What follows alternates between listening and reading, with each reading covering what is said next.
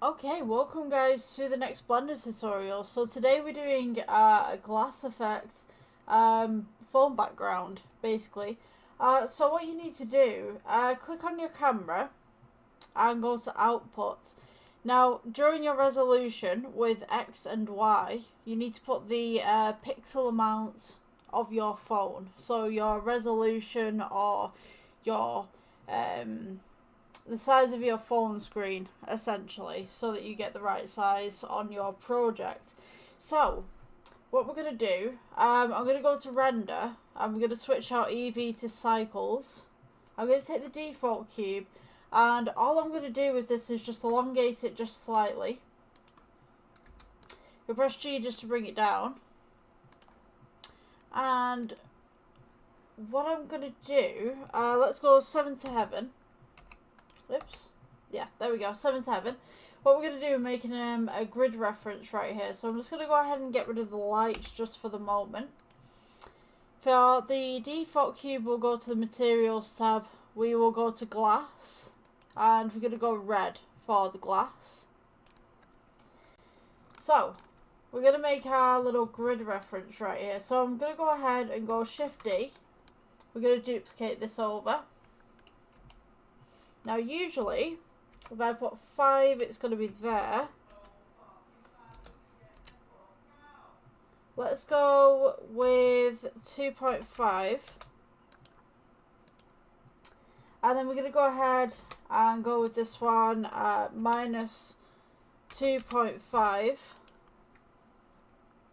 And then we're just going to go ahead and do this again. Just kind of get it roughly the same size. So it should be half a square across. Just about here.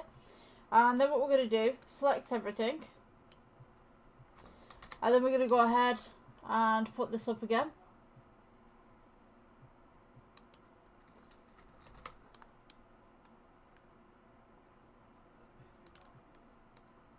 And then we'll just go ahead and create kind of a grid reference just from here onwards. So, just trying to avoid your camera right here.